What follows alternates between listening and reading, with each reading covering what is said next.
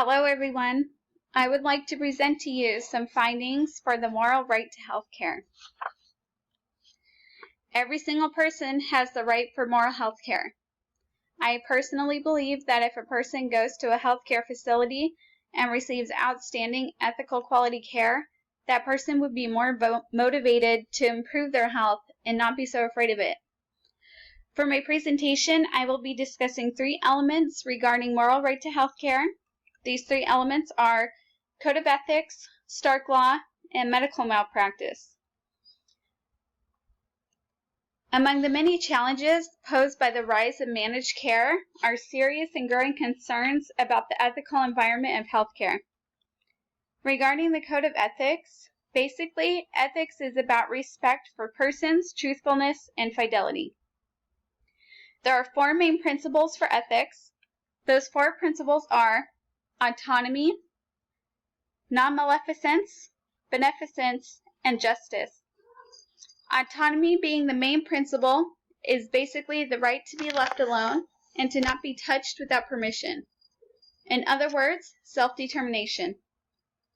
The next principle, non-maleficence, means to do no harm. Avoid causing harm to others. The third principle, beneficence, is to do good. Finally, the principle of justice can be described as fairness to others. All should be treated similarly, and people in unlike situations should be treated differently. Next, I wanted to discuss Stark Law and the anti-kickback statute. The federal anti-kickback statute is a criminal statute that prohibits the exchange or offer to exchange of anything of value in an effort to induce. Stark Law is summed up as a federal law that prohibits physician self-referral for Medicare and Medicaid patients. To go into further detail of physician self-referral, this means that it is practice of a physician referring a patient to a medical facility in which he or she has a financial interest. This means that the medical facility and physicians involved will benefit from the referral.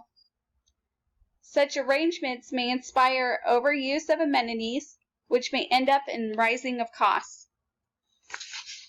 In its initial form, Stark applied only to clinical laboratory services, which remain suspects of overutilization due to providers' laboratory ownership roles.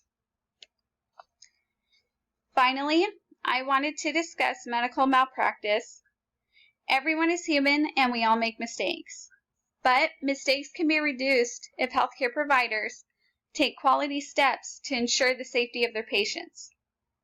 Healthcare providers have devoted significant attention to addressing the problem of medical errors. Tort reform and tort law is used to protect the safety, quality, and health of individuals. When medical mistakes are made, there is vicarious liability involved. According to Bustillos, this is an employer-employee relationship where one is ultimately responsible for the negligent act that was made.